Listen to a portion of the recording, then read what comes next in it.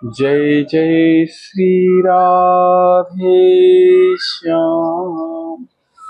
श्री वृंदावन धाम से अपनी लाडली प्यारी कृष्ण प्रिया कृष्ण कांता वृषभान दुलारी बरसाने वाली वृंदावनेश्वरी श्यामा प्यारी श्री राधा रानी जी और इनके कांत भगवान नंद नंदन मुरली मनोहर माखन चटोरा श्री वृंदावन चंद्र वृंदावन विहारी कुंज विहारी भगवान श्री कृष्ण कन्हैया के आशीर्वाद अनुग्रहों में आज मैं कन्या पूजन के शास्त्रीय विधान पर चर्चा करूंगा।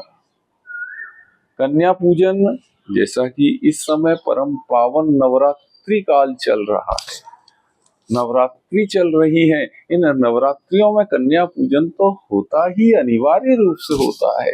इनके पूजन के बिना नवरात्रि की पूजा उपवास यज्ञ जप अनुष्ठान सफल नहीं होते। हमारे शास्त्रों में यह भी विधान है कि अन्य शुभ एवं मांगलिक अवसरों पर भी कन्या पूजन कराया जाए, किया जाए।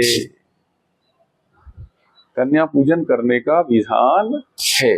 कन्या पूजन के द्वारा माँ भगवती की संतुष्टि में प्रसन्नता में हमें माँ भगवती जगदम्बा जगधात्री के अमोघ आशीर्वाद प्राप्त होते हैं।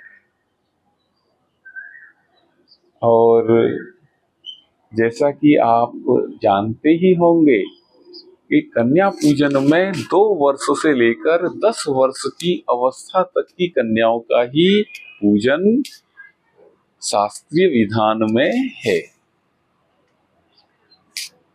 10 वर्ष से अधिक अवस्था में बाल्यावस्था 10 वर्ष तक रहती है। 10 वर्ष से अधिक की अवस्था में किशोरावस्था का पदार्पण हो जाता है। इसलिए अनुष्ठान आदि में बाल्यावस्था तक की ही कन्याओं का पूजन किया जाता है। हाँ, सम्मान 10 वर्ष से अधिक 100 वर्ष तक की माताएं कन्या सब में आप मातृत्व भाव रखिए। सबके चरणों को निहार कर मन ही मन वंदना कीजिए।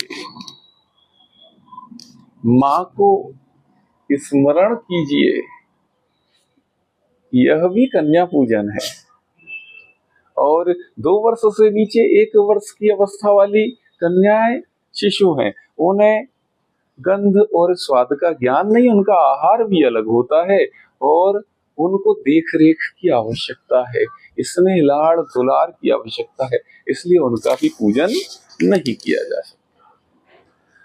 अब हम चर्चा करेंगे कि किस अवस्था की कन्या का पूजन करने से माँ कौन से नाम और रूप में पूजा स्वीकार करती हैं और क्या फलश्रुति आशीर्वाद रहते हैं, क्या वरदान रहते हैं। तो सबसे पहले कहेंगे 2 वर्ष की कन्या का पूजन करने से माँ कुमारी नाम और रूप से पूजा स्वीकार करती हैं और फलश्रुति में दुख दरिद्रता का नाश होता है, दुख दारिद्र क्षय हो जाते हैं। 3 वर्ष की अवस्था वाली कन्या का पूजन करने से माँ की त्रिमूर्ति नाम रूप में पूजा मानी जाती है और फल श्रुति में वरदानों में परिवार में सुख संपत्ति और समृद्धि बढ़ती है। 4 वर्ष की अवस्था वाली कन्या के पूजन द्वारा माँ के कल्याणी नाम और रूप में पूजा मानी जाती है। माँ कल्याणी के आशीर्वाद से लाभ प्राप्त होते हैं, यश प्राप्त होते हैं और राजसी सुख प्राप्त होते हैं। 5 वर्ष की अवस्था वाली कन्या के पूजन से माँ के रोहिणी नाम और रूप की पूजा स्वीकार की जाती है। और यहाँ माँ रोहिणी के आशीर्वादों में असाध्य रोगों से मुक्ति मिलती है। 6 वर्ष की कन्या के पूजन में माँ भगवती कालिका की पूजा, कालिका के नाम और रूप में पूजा मानी जाती है। और माँ कालिका के आशीर्वादों से शत्रुओं पर विजय प्राप्त होती है, बाधाओं का नाश होता है। 7 वर्ष की बालिका के पूजन में माता चंडिका की पूजा मानी जाती है। और माता चंडिका की पूजा में धन ऐश्वर्य की वृद्धि होती है, अकूत संपदा प्राप्त होती है, अपार। और 8 वर्ष की कन्या के पूजन में माता शांभवी की पूजा मानी जाती है। और माता शांभवी के आशीर्वादों में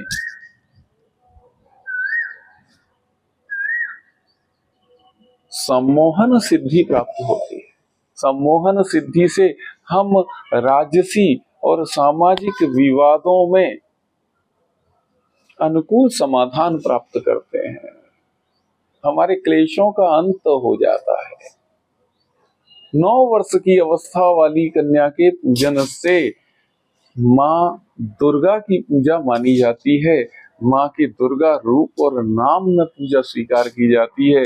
और माँ दुर्गा के आशीर्वादों से दुर्गम काज भी सरल हो जाते हैं।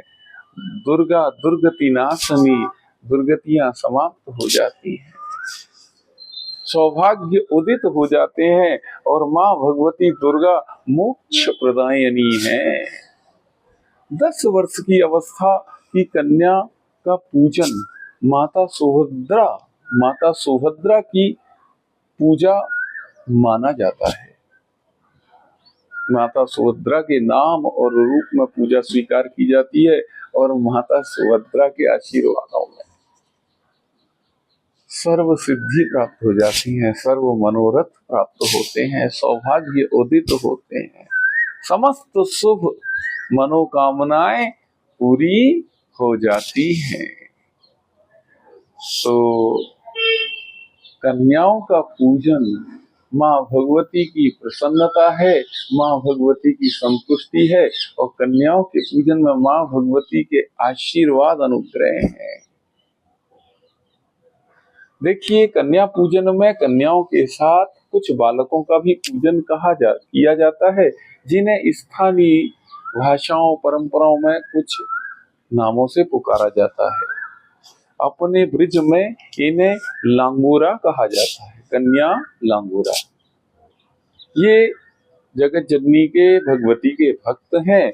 इन भक्तों की प्रसन्नता में भगवती की प्रसन्नता है, इसलिए कन्याओं के साथ लांगूरों के पूजन का भी विधान है।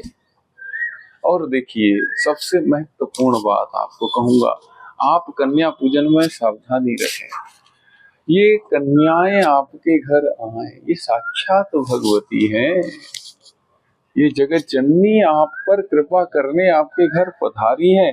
आप यथा योग्य उचित आसन पर इन्हें बैठाएं और स्वच्छ, संभव हो नए हो तो और उत्तम पात्रों में इन्हें भोजन कराएं। बड़े आदर से, स्नेह से, लाड़ दुलार से इन्हें भोग अर्पित करें, स्वादिष्ट भोग अर्पित करें। अरे भगवती आपके यहाँ साक्षात भोग ग्रहण करने आई है।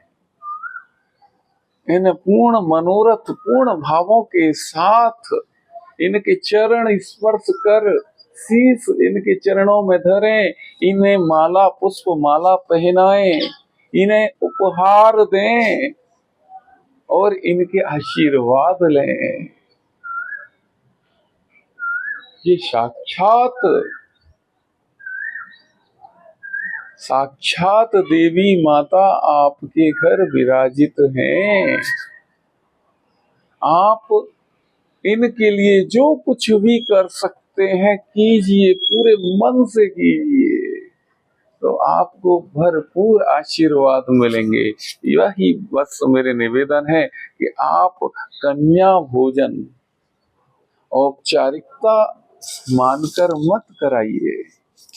कन्या भोजन आप भगवती देवी माता के अनुग्रह मानकर कराइए कि आपके ऊपर अनुग्रह है, आज माता आपके घर पधारी है।